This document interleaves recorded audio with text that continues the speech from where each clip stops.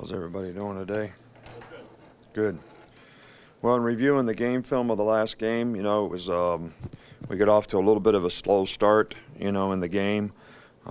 Just didn't seem to have the energy, especially offensively, to pay attention to detail and get the kind of execution we needed against a very good defensive team that really did everything they could to shut off the inside run. And we made some adjustments at halftime and played a lot better in the second half and made some big explosive plays that made a big difference in the game.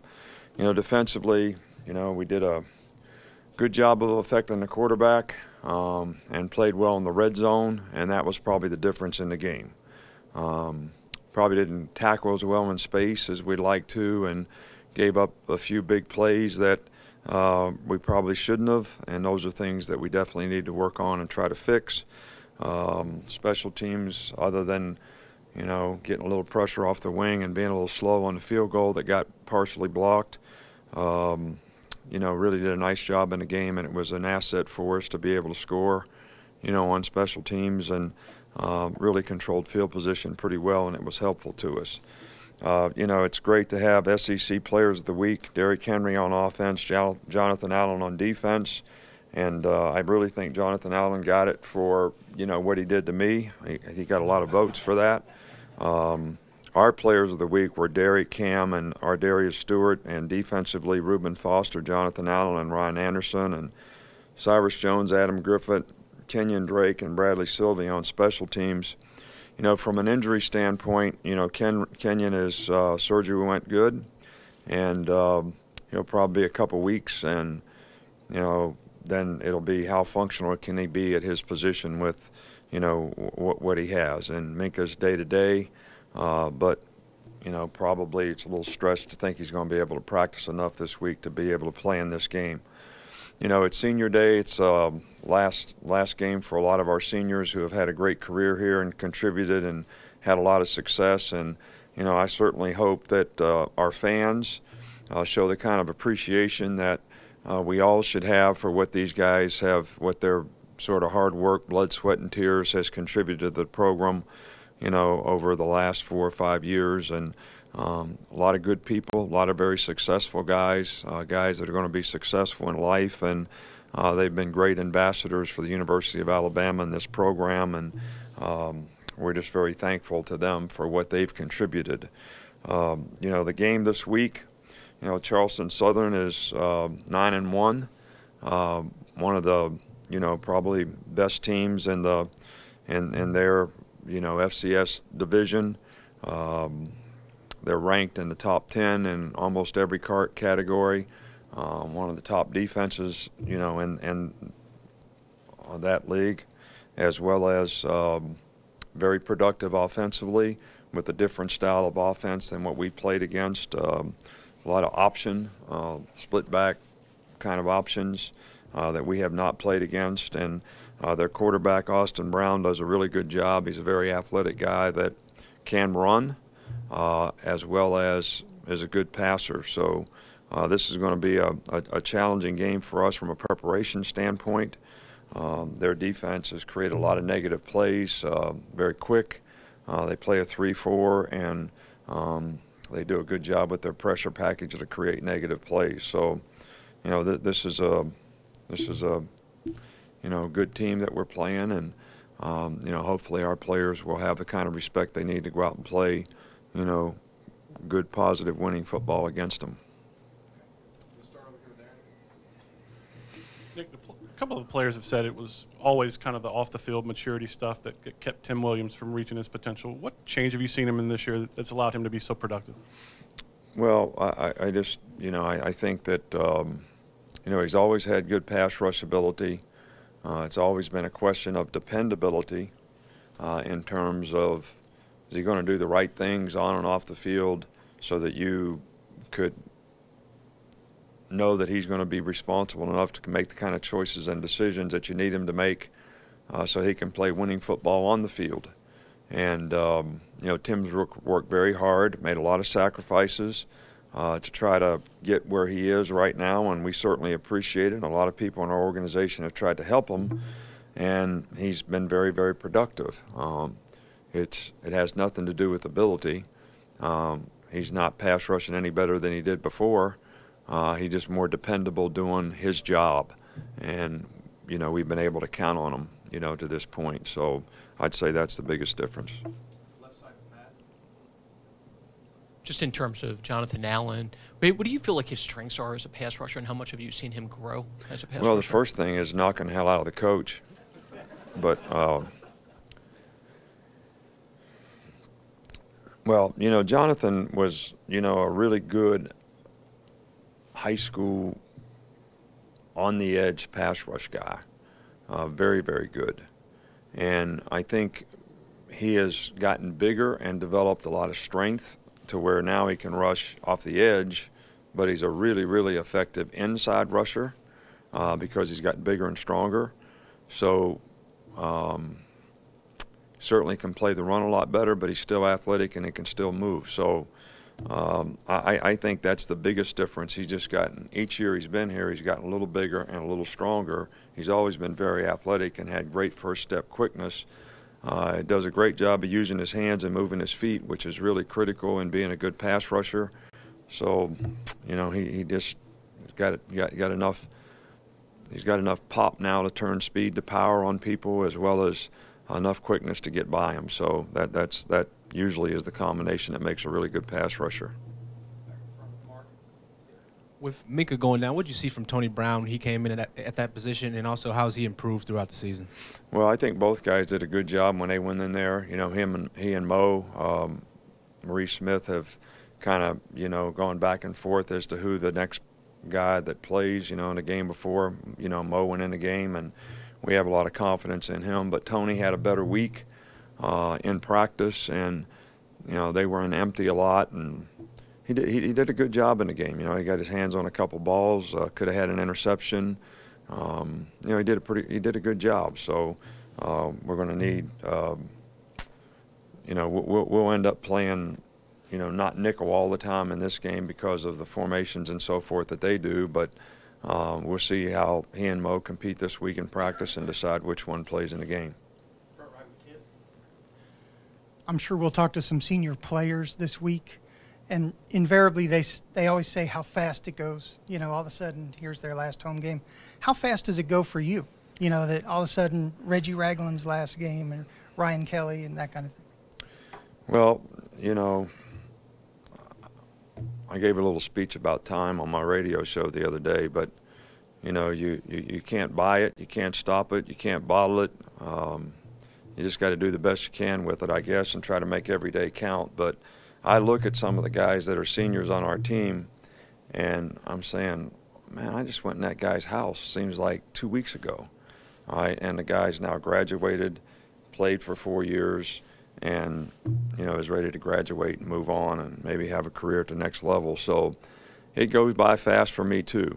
And, I have a tremendous amount of respect for, this group of guys especially. They've had a lot of success here, and probably in a little different circumstance than some of the other teams. The expectation has always been greater for them, and they haven't always been able to finish like we wanted to, but they've shown a lot of resilience and leadership this year to, have a chance to create an opportunity for themselves to be able to maybe finish this year.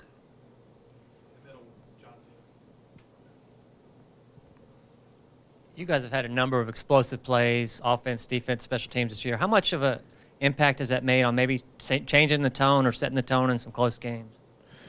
Well, I think in close games it's always, turnovers and explosive plays, usually have a huge impact, and I don't think it's been any different, in this game, this year, but especially in this last game, because, we didn't have the kind of consistent long drives to score points. I think one drive produced a field goal, and everything else was an explosive play. So where they had the ball and they drove it and didn't score. So it's always important to be able to make big plays. It changes field position, and usually ends up hard to score if you don't make some big plays somewhere along the way. So It was good that we made some. We'd like to see us make more. I think there's more out there for us to make if we would execute with a little better consistency.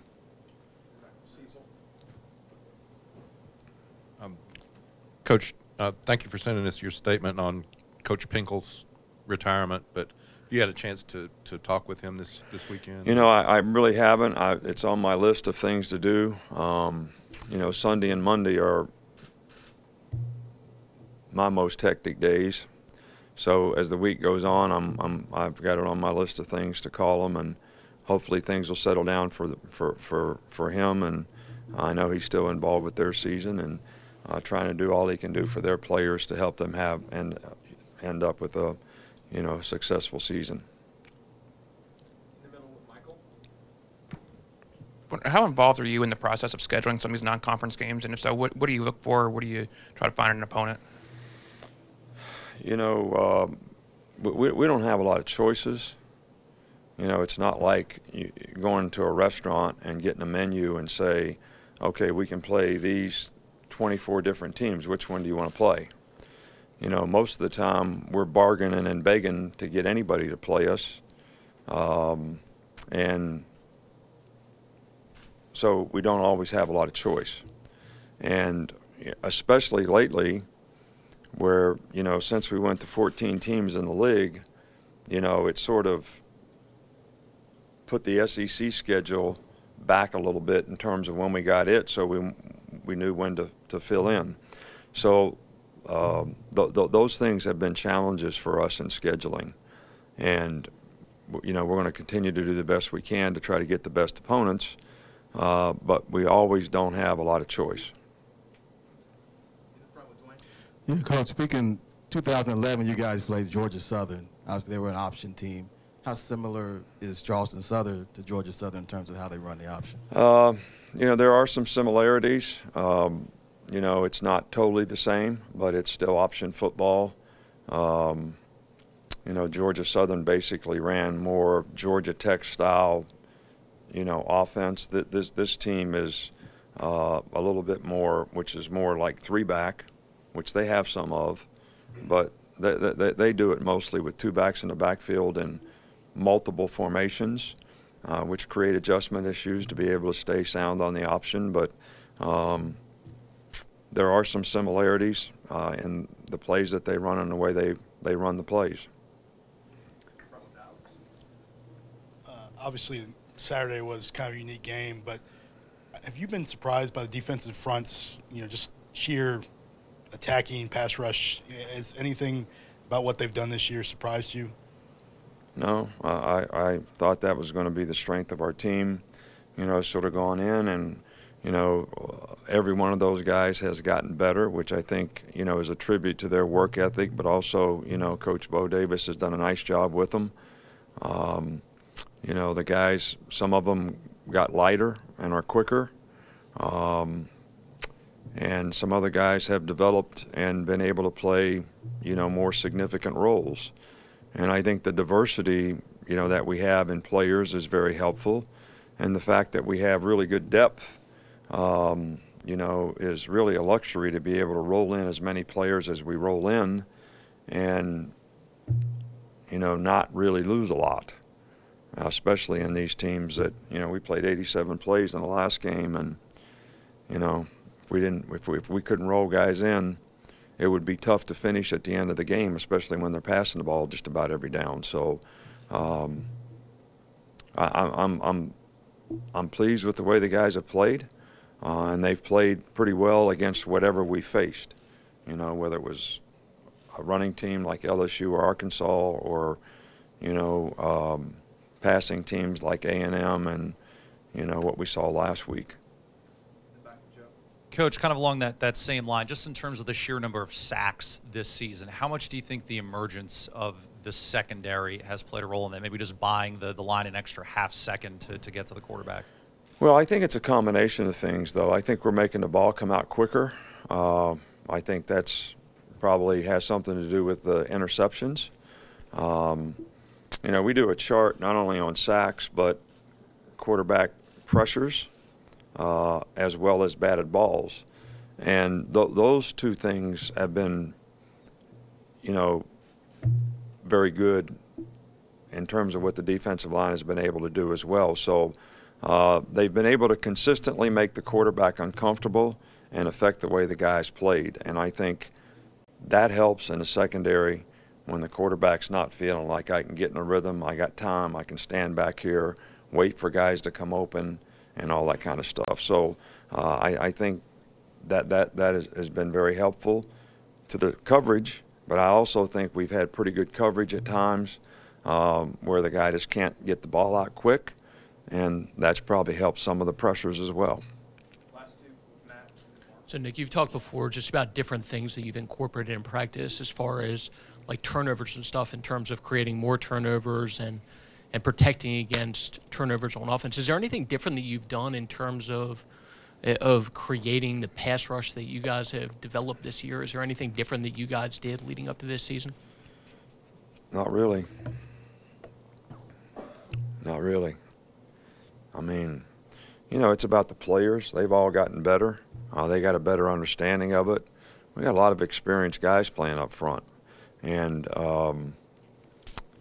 you know, the one thing that I notice on our team is the older, more experienced guys improve, sustain performance better, as well as learn from the mistakes that they make, which allows them to improve. And the younger guys on the team have a harder time sustaining. They have a harder time when things don't go well for them. It's frustrating to them. You know, so that's a very mature group. You know, Deron Payne is the only real young guy that's, you know, playing a significant role. And there's some really good leadership in the group. So they've brought him along, and he has played with a lot of maturity for a freshman. With Kenyon going out, just how much of a role does that create for Damian and also Bo, and how have you seen those two progress through their freshman year? Well, both guys are going to have to play a role. There's no question about that. But again, you know, they're young guys, so are they going to step up to the challenge and compete and show the maturity you need to get ready to play a game?